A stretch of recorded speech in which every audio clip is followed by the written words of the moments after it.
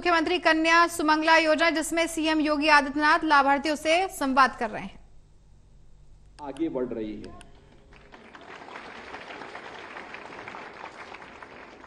मुझे याद है 2017 में जब सरकार बनी थी, तब प्रदेश के अंदर मैं इस बात को देखता था कि बेसिक शिक्षा परिषद के ज्यादातर स्कूलों में जो बच्चियां स्कूल जाती थी, उन सभी सरकारी स्कूलों में जाने वाली ज्यादातर बालिकाओं को नंगे पैर स्कूल जाना होता था, क्योंकि बेटी सबसे पहले अन्याय घर में ही उसके साथ अन्याय शुरू होता है, जब बेटी और बेटे के बीच में अंतर महसूस होने लगता है। और जो अभिभावक इस प्रकार का कार्य करते हैं, वे न केवल परिवार में बल्कि समाज के साथ भी अन्याय करते हैं। और इस दृष्टि से मैं इस बात को देखता था। मैं बुंदेलखंड गया था, मैंने देखा कि कुछ बालिकाएं स्कूल जा रही थी। मैंने अपनी गाड़ी रोकी और मैंने पूछा, वहां पे उन बेटियों से मैंने पूछा, मैंने कहा कहां जा रही हो? तो उन्होंने कहा स्कूल। तो मैंने कहा स्कूल कहां पढ़ती हो? तो उन्होंने बताया यूनिफॉर्म, कपड़े भी ठीक नहीं थे, नंगे पैर चल रहे थे। तो मुझे उन्होंने बताया कि स्कूल जा रहे हैं। तो मैंने कहा तुम केवल बेटी बेटी स्कूल जाते हैं, बेटे कहां हैं, बच्चे कहां हैं? तुम्हारे भाई होंगे और भी परिवार के लोग होंगे, कहां हैं और लोग? कहा नहीं, वो भाई है ना, उसको दूसरे स्कूल में एडमिशन कराया गया है मेरा यहां। फिर मैंने कहा तुम्हारे पैर में जूते नहीं है, चप्पल नहीं है क्या? भाई के पैर में भी चप्पल नहीं है? कहा नहीं, उसके लिए जूते आए हैं, और जूता पहन के जाता है। हम बेटी है ना। ये बात सचमुच हम लोगों को चुभी, और प्रदेश सरकार ने तब तय किया कि बेटे के समान बेटी भी अच्छी यूनिफॉर्म पहन करके स्कूल जाएगी, बेटी भी जूता मोजा पहन करके स्कूल जाएगी।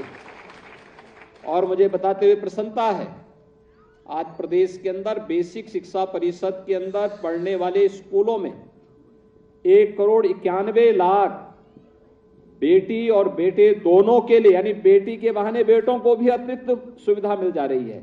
और सबको हम 2 यूनिफॉर्म, बैग, बुक्स, जूता मोजा, स्वेटर, ये सभी सुविधाएं उपलब्ध करवा रहे हैं। ये सुविधा मिलनी चाहिए, उसका अधिकार है। और अगर किन्हीं कारणों से आर्थिक तंगी के कारण कोई व्यक्ति, कोई परिवार नहीं कर पा रहा था, सरकार उसका संबल बनेगा। और सरकार ने अपने इस उत्तरदायित्व का निर्वहन किया, और आज मुझे बताते हुए प्रसन्नता है, यह कार्य प्रदेश के अंदर सफलतापूर्वक आगे बढ़ रहा है। बेटी की स्नातक तक की शिक्षा निःशुल्क हो, इसके लिए सरकार के स्तर पर निरंतर कार्यक्रम आगे बढ़ रहे हैं।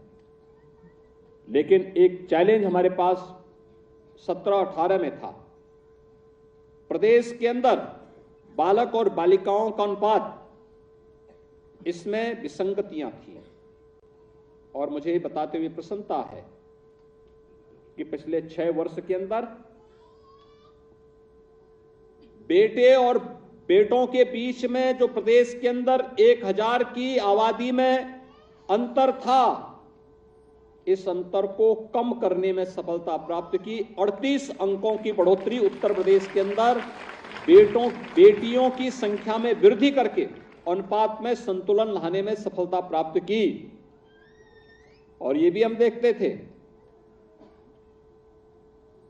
कि नेशनल फैमिली हेल्थ सर्वे जब होते थे, तो उस हेल्थ सर्वे में 15-16 में नवजात शिशुओं की ज्यादातर बहुत बड़ी संख्या में मौत होती थी। इसमें से नेशनल एवरेज से बहुत खराब रिकॉर्ड उत्तर प्रदेश का था। स्वाभाविक रूप से उसमें ज्यादातर कन्याएं थी। लेकिन जब कार्य हुआ, आज परिणाम है, कुंवारी कन्याओं में एनीमिया की स्थिति में सुधार हुआ है, और नेशनल एवरेज से भी अच्छा आज उत्तर प्रदेश के अंदर है पिछले 6 वर्ष के अंदर। नेशनल फैमिली हेल्थ सर्वे में उत्तर प्रदेश के आंकड़े इस बात को कहते हैं कि शिशु मृत्यु दर को नियंत्रित करने में, काफी हद तक नियंत्रित करने में और नेशनल एवरेज के समकक्ष पहुंचने में सरकार को मदद मिली, तो मातृ मृत्यु दर को भी काफी हद तक नियंत्रित करने और नेशनल एवरेज के बराबर करने में उत्तर प्रदेश को सफलता प्राप्त हुई है। यानी प्रधानमंत्री जी की जो मंशा थी, एक प्रयास से इस कार्यक्रम को आगे बढ़ाने का जो कार्यक्रम आगे बढ़ा, आज उसके परिणाम हम सबके सामने हैं।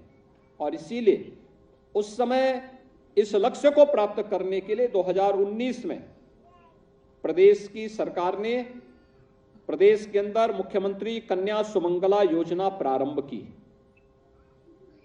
कन्या सुमंगला योजना में बेटी के जन्म लेते ही 2000 की राशि बेटी के नाम पर, यानी बेटी में यानी परिवार में बेटी जन्म ले, अब कोई इस संबंध में उलाहना न दे, प्रताड़ना न हो, वह बेटी घर की लक्ष्मी के रूप में मान्यता प्राप्त हो, इसके लिए 2000 की राशि उसके